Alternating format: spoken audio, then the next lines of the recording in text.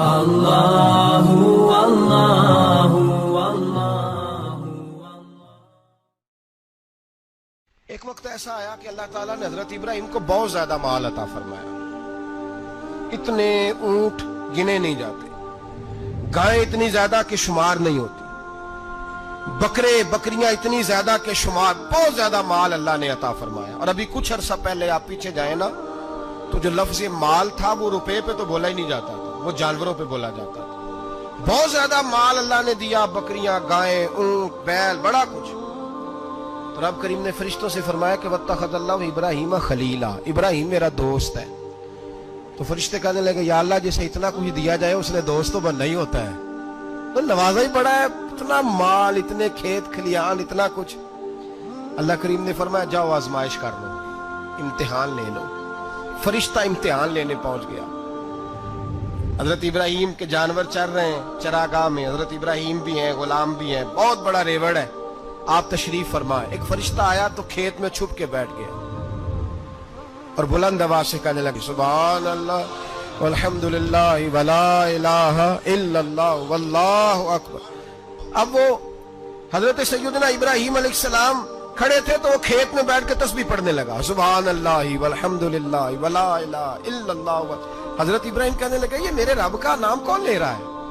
بڑی اس کی میٹھی آواز ہے، بڑی، کون ہے؟ ڈھونڈنے لگے، گھومتے گھومتے اس کے پاس چلے گئے، فرشتہ انسانی شکل میں۔ تو میرے رب کا ذکر کر رہا تھا؟ اس نے کہا میں ہی کر رہا تھا۔ فرمانے لگے یار ایک دفعہ پھر نہیں کرتا؟ تو کہنے لگا ابراہیم پہلے تو میں اپنی مرضی سے کر رہا تھا، تو کہتا ہے تو پیسے لگیں گے، پیسے ہیں تو کر دیتا ہوں۔ حضرت ابراہیم کہنے لگے بول تو کیا لے گا؟ میرے اللہ کا ذکر سنانے کا کیا لے گا؟ کہنے لگا جتنی بکریاں آپ چلا رہے ہیں ساری دے دے تو میں اللہ کا ذکر سنا دیتا ہوں۔ آپ نے فرمایا بس جا تیری ساری ہوئی میرے رب کا ذکر سنا۔ اور پھر شروع ہو گیا سبحان اللہ الحمدللہ ولا الہ الا اللہ واللہ اکبر۔ حضرت ابراہیم علیہ السلام کیف میں، یار پھر ذرا سنا، نا علمہ وچ پھسا سانو تو یار دی گل سنا سانو، ذرا دوبارہ سنا۔ میں پھر سنایا، ایک دفعہ پھر کہا، فرشتہ کہنے لگا بس جی آپ کے پیسے پورے ہو گئے۔ حضرت ابراہیم کہنے لگے چل ایک دفعہ اور سنا۔ کہنے لگا پیسے لگیں گے، تو کیا لے گا؟ کہنے لگا گائیں بھینسیں ساری میری۔ فرمایا بس یار اتنی قیمت، تو سنا صحیح، سارا کچھ ہی تیرا۔ پھر شروع ہو گیا سبحان اللہ والحمدللہ ولا الہ الا اللہ واللہ اکبر۔ گائیں دے دیں، بھینسیں دے دیں، وہ ذکر سناتا ہے۔ حضرت ابراہیم کبھی مچلتے ہیں، کبھی روتے ہیں، کبھی آہیں بھرتے ہیں، تو میرے رب کا نام لے رہا ہے، ذرا پھر سے لے۔ کیف جاری ہے۔ کہنے لگا بس بھائی۔ حضرت ابراہیم فرمانے لگے تو اور لے لے جو لینا ہے، مجھے ذکر سنا۔ اس نے کہا ابراہیم بکریاں میں لے چکا، گائے بھینسیں میں لے چکا، اونٹ رہ گئے، سارے لے لوں گا پھر ذکر سناؤں گا۔ فرمایا کیا تیرا ہوا تو ذکر سناتا رہ، میں دیتا ہوں۔ دے دیا، کچھ دیر ذکر کیا تو اب خاموش ہو گیا۔ حضرت ابراہیم خلیل اللہ علیہ السلام فرمانے لگے ذکر سنا۔ کہنے لگا ابراہیم اب تیرے پاس دینے کو کیا ہے؟ ہر چیز تو میں لے چکا۔ آپ فرمانے لگے یہ گائے بھینسیں بکریاں چرانے کے لیے تجھے کوئی نوکر ملازم بھی تو چاہیے نا، تو اس طرح کر مجھے رکھ لے، میں روٹی نہیں مانگوں گا، کھانا نہیں مانگوں گا، تو اللہ کا ذکر سناتا رہنا، میں تیرے جانوروں کی نوکری کرتا رہوں گا۔ حضرت ابراہیم علیہ السلام نے جب یہ کہا نا، فرشتے کی آنکھوں میں آنسو آ گئے۔ تر دامنی پہ شیخ ہماری نہ جائیے، ہم دامن نچوڑ دیں تو فرشتے وضو کریں۔ فرشتہ رو پڑا اور کہنے لگا ابراہیم مجھے سینے سے لگا۔ میرے رسول کریم صلی اللہ تعالی علیہ وسلم نے نظر کی صفائی پر سب سے پہلے توجہ دی ہے۔ ہمیں اپنے بچوں کو تاڑنا ہے، ہمیں اپنے بچوں کو دیکھنا ہے، ہمیں انہیں خود پکڑ کے اچھی مجالس میں لے کر کے جانا ہے۔ اور سنو، میرے حبیب پاک صلی اللہ علیہ وسلم نے کتنی پابندی فرمائی۔ کوئی مولوی ہو، کوئی پیر ہو، کوئی فقیر ہو، کوئی درویش ہو، کوئی دربار کا سجادہ ہو، کوئی کسی جگہ بیٹھنے والا ہو، کسی کو بھی عورت کے ساتھ تنہا رہنے کی اجازت، سارے بولیے اجازت، کسی کو بھی عورت کے ساتھ تنہا رہنے کی اجازت بالکل نہیں ہے، قطعاً نہیں ہے۔ میرے نبی کریم صلی اللہ علیہ وسلم نے فرمایا جہاں مرد اور عورت اکٹھے ہوں گے تیسرا شیطان ہوگا۔ ابن حجر کہتے ہیں ایک صحابی نے عرض کی حضور اگر وہ دونوں نیک ہوں، اگر دونوں نیک ہوں تو میرے حبیب پاک